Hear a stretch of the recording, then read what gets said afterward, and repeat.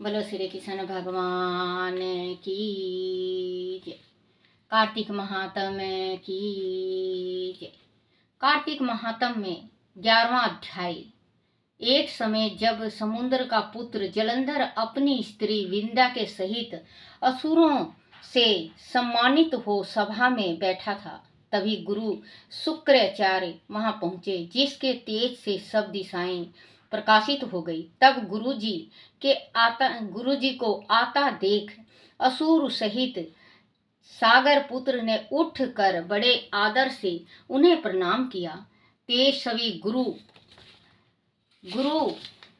जी ने सबको आशीर्वाद दिया। फिर उनको एक दीप आसन पर बिठाकर सब दैत्य भी यथा स्थान पर बैठ गए और सागर पुत्र ने नर्मता से वह प्रश्न किया कि हे गुरुजी, राहु का सिर किसने काटा था, आप हमें वह बताइए।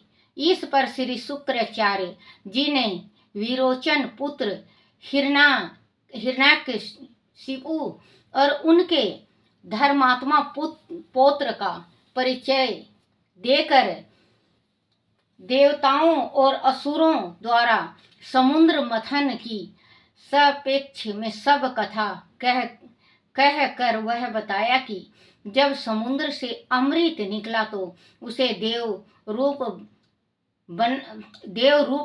बनाकर राहु भी पीने बैठ गया। इस पर इंद्र के पक्षपाती भगवान विष्णु ने राहु का सिर काट डाला। वह सुनने के साथ ही जलंधर के नेत्र लाल हो गए।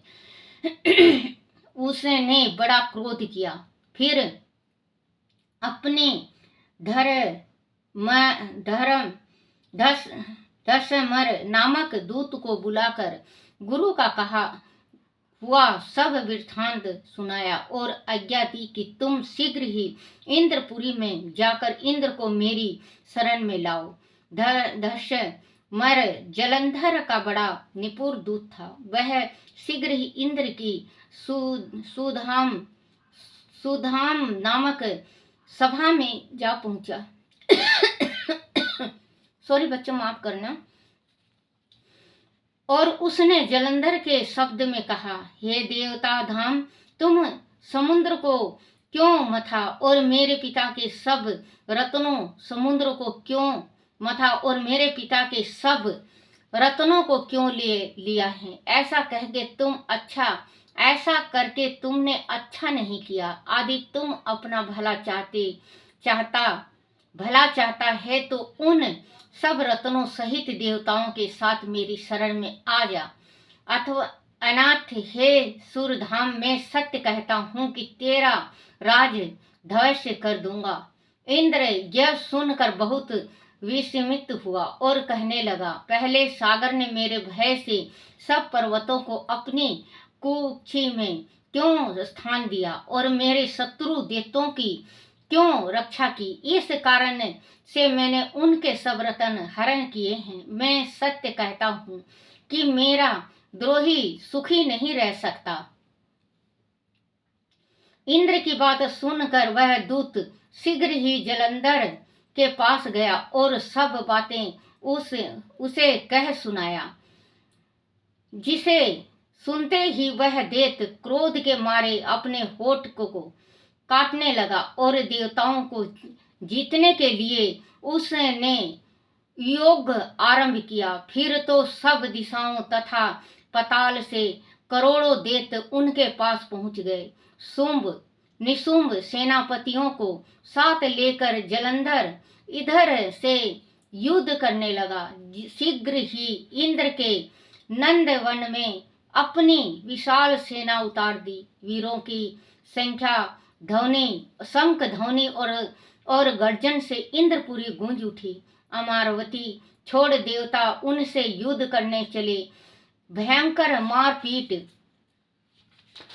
मारपीट काट हुए दोनों पक्षों के आचार्य अपने अपने मृत्यु को जिलाने लगे। असुर के आचार्य गुरु शुक्र अपनी मृत्यु संजीवनी विद्या से और देव गुरु बृहस्पति द्रोणागिरि से औषधि लाकर मुर्दों को जिलाते रहे। इस पर जलंधर ने अपने गुरु शुक्राचार्य जी से क्रोध होकर कहा, मेरे हाथ से मारे हुए देवता जी कैसे जीते, कैसे जिलाए, जी कैसे जीते हैं? जिलाने वाली औषधि तो सब आपके पास ही है, फिर वह कैसे संभव है? इस पर श्री शुक्राचार्य जी ने गुरुदेव जी श्री बृहस्पति जी द्वारा द्रोणागिरि से औषधि लाकर देवताओं के जिलाने की बात कह दी। वह सुनकर जलंधर और भी क्रोध हो गया। श्री शुक्राचार्य जी ने कहा, क्रोध क्यों होते हो? आदि शक्ति है तो द्रोणागिरि पर्वत को उखाड़ कर समुद्र में फेंक दो, तब मेरे कथन को सत्य प्रमाणित हो जाएगी। इस पर जलंधर क्रोध होकर शीघ्र ही द्रोणागिरि पर्वत के पास जा पहुंचा और अपनी भुजाओं द्वारा उसे जड़ से उखाड़ कर समुद्र में फेंक दिया। वह भगवान शंकर का तेज था, इसमें जलंधर की कोई विचित्रता नहीं। पश्चात वह सागर पुत्र युद्ध भूमि में आकर बड़े वेग से देवताओं का संहार करने लगा। जब गुरु बृहस्पति औषधि लेने के लिए द्रोणागिरि पर्वत पर पहुंचे तो द्रोणागिरि की जगह वहां पर उन्होंने सोना मैदान मिला। तब वह भयभीत होकर देवताओं के पास आए और कहा कि युद्ध बंद कर दो, तुम लोग अब जलंधर को नहीं जीत सकोगे। पहले इंद्र ने जो भगवान शंकर का अपमान किया था वह उसी का फल है। वह सुनकर देवता युद्ध की आशा त्याग अत्यंत ही व्याकुल हो इधर उधर भाग निकले। सिंधु सुत निर्भय होकर अमरवती में प्रविष्ट हो गया। इंद्र आदि सब देवताओं ने गुफाओं में शरण ली। बोलो श्री कृष्ण भगवान की जय।